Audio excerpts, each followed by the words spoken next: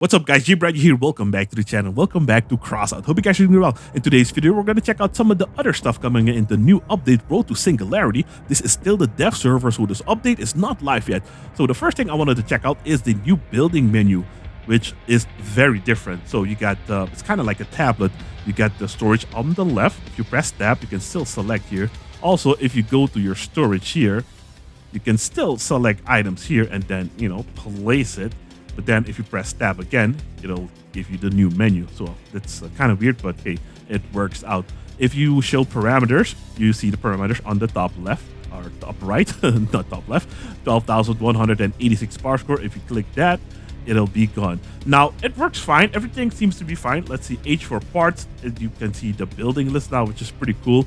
Now, the only thing that I don't understand is the icons up top. So the cabin gives us 12 energy, the generator gives us 3, and our weapons use 15, but that is incorrect. We are using the door generator, which gives us 4 energy, and that just makes no sense. So according to those icons, this build has a maximum of 15 energy to spare, but it's incorrect because it has 16 energy.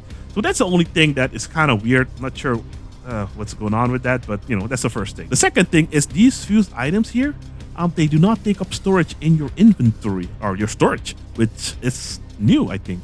None of these, even these, cannot be used, does not take up storage, not craftable, which is very interesting. I'm not sure if the old items, let's see if I have an old fused item. Let's actually just fuse something here and check it out if it gets the new parameters as well.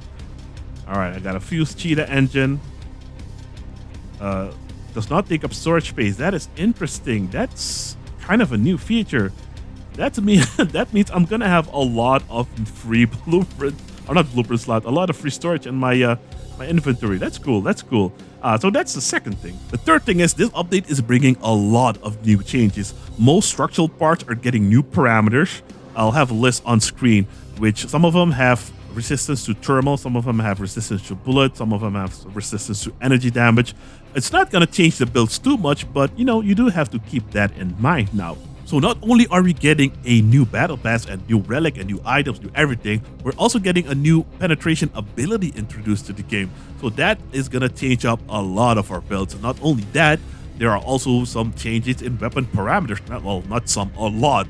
So the Hornet, most of the weapons are getting a durability buff, as you can see here. Some are getting their projectile size reduced as well. So some of them are getting penetration ability. It's not all weapons, but some do, which, it's going to be interesting to see how they perform after the update.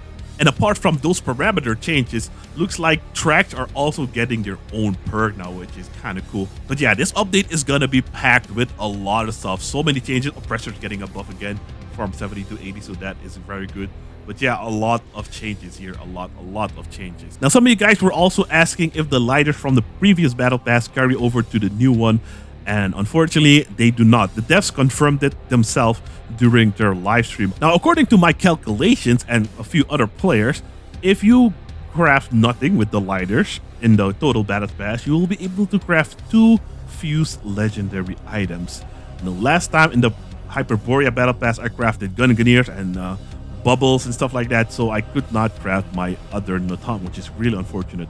But I believe if the calculations are correct, you will be able to craft 2 of one of these. 2 Tsunamis, 2 Retchers, 2 Mandrakes, which is, pretty cool. Now let's finally take a look at the new weapon here. This is the THYRSUS 1, the Rail Accelerator, which has a unique perk. It charges when you're close to carcasses, or the build carcass, enemy carcass. I'm not sure if friendly carcass count as well. The more wrecks that are nearby, I think so. So if you grab a Skinner as well, you can just drag your friendly carcass, or the bots, bots are always stupid. You can drag your bot's carcass around and you always have a charge. Now what I want to check is how many charges does one carcass give you? It's kind of weird sentence, but let's bring, and how many charges do you get if you have 2 carcasses or 2 carcass close to each other? The sentence is weird, but you guys know what I mean. So let's bring this here. And we're gonna check how much one gives us first. So let's blow this vehicle up. We have 7, 5, okay. We're out of perk now. Build is dead. That's 1, 2, 3, 4, 5, 6, 7, 8, 9, 10. It gave us 10 charges. Interesting. Okay, cool. I shot them. That's why you didn't see the number go up. All right, now let's see what happens if you have 2 carcasses in front of you. I believe it should double the charge. Not sure how I'm gonna test this. Kind of want the charge to be at 0 so I can just fire then. Okay, we are at 0. So if we shoot them now, they'll both explode and it will have 0 charges. So 3, 2, 1, go. 1 charge. Oh, this one's not throw. 3 charge. 4, 5, 6, 7, 8, 9, 10, 11, 12, 13, 14, 15, 16. It's a lot slower. Yeah, but it does charge faster. I'm not sure if it's twice as fast, but it does charge a little bit faster. So that is interesting. That is very interesting.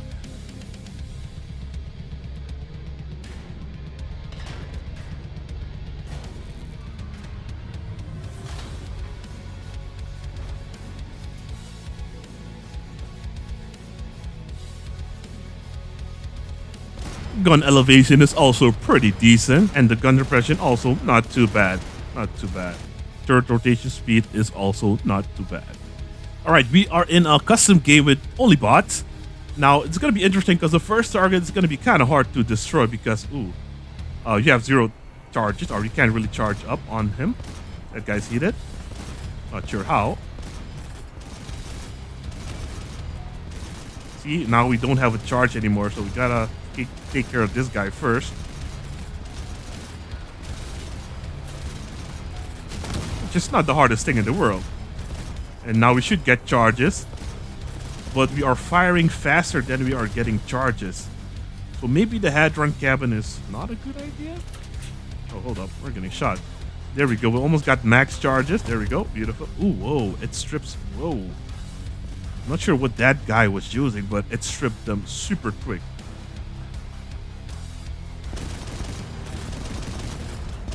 I do like this combo though. Let's take some cover.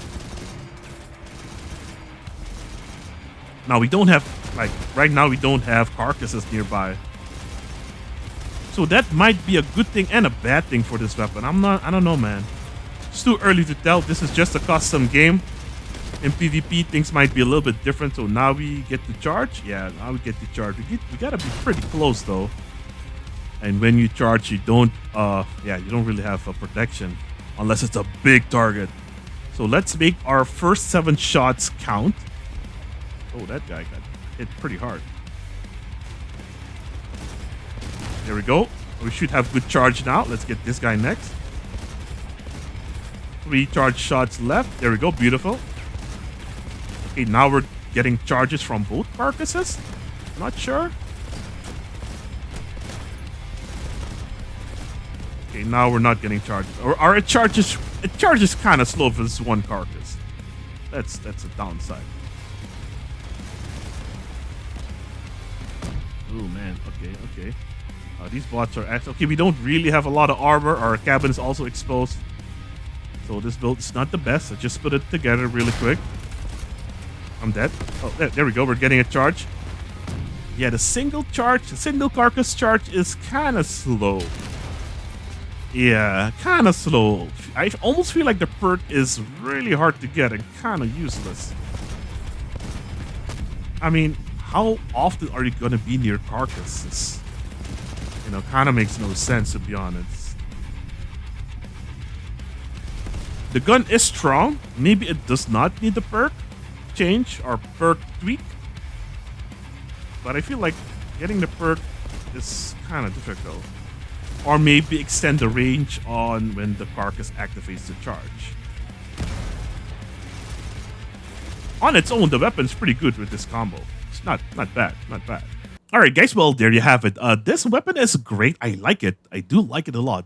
But the perk is, But you saw with the perk, this thing deals a ton of damage. So maybe the perk is, made like this on purpose. Let's see how much these melee damage. Wow, 600 damage. That's crazy with these new melee parts.